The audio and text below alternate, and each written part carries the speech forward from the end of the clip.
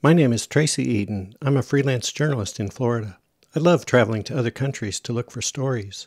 It's not just the opportunity to see another country or experience another culture. I want to help raise awareness of issues and problems that aren't getting attention. We all know the number of U.S. correspondents abroad has dropped in recent years. Broadcast news outlets are giving less airtime to foreign news. Many newspapers have closed foreign bureaus. I traveled to Bolivia to learn more about the dangers facing the country's youth. Bolivian President Evo Morales, shown here attending a huge rally near Lake Titicaca, takes pride in protecting young people, but some Bolivians question whether he is doing enough. Bolivia has controversial laws concerning child labor. Children are allowed to work for themselves or their families as young as 10. Once they hit age 12, they can work for others. NGOs that work with child laborers say some young people are exploited or sexually abused. Others wind up living on the streets.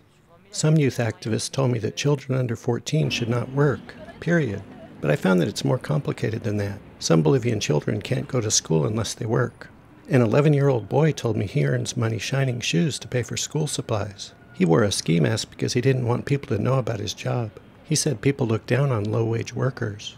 The problem is that the government hasn't fully enforced the law. Bolivian law includes measures to prevent abuse and exploitation of children. So child protection exists only on paper. Other children in danger include kids with one or both parents in prison. Bolivian law allows children up to age 6 to live behind bars with their convict parents. One mother told me she knows prison isn't a good environment for her children, but said at least they get to see their father. Inmates have raped some children. I couldn't get into any prison, so I climbed onto a rooftop near a jail and let the camera roll. I watched one inmate stroll past several children, go into a dark corner, and raise his hand to his face, as if he were doing drugs. Some children get sick from the fumes of illegal drugs done by inmates in prison. I also spoke to victims of violence and human trafficking. One man told me his sister was kidnapped, held captive, and raped at age 13. She survived that trauma and her attacker was jailed. But she went missing after that, and her brother suspects that the attacker's family had his sister killed. And he said he was considering taking matters into his own hands. The brother was desperate and angry. There's no justice, he told me. Just a few days ago, an NGO called World Justice Project released its latest findings on the rule of law around the globe. Bolivia ranked 29th out of 30 in the region in the group's Rule of Law Index. That measures such things as security, corruption, justice, transparency, and accountability.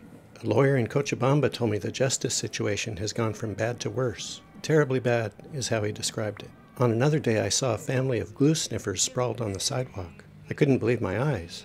A man was helping a small child inhale something from a bag. A journalist in Cochabamba told me he's seen entire families inhaling glue and making their months-old babies inhale. He said, they give it to the child to inhale and people see it as normal. They don't do anything. They don't say anything. And the authorities aren't doing much about it either. There's no doubt that many young people face an uphill fight in Bolivia, but I found reasons for optimism. I talked to many people who are working to improve the lives of young people. They run programs for everyone from street children and underage prostitutes to orphans and child laborers. Bolivia is a fascinating country. It left a lasting impression on me. People are hardworking and industrious.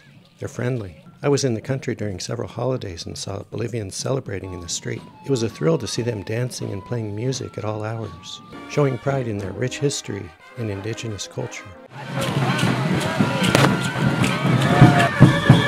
It is a beautiful country, despite its problems. I hope to go back. There are many more stories to tell.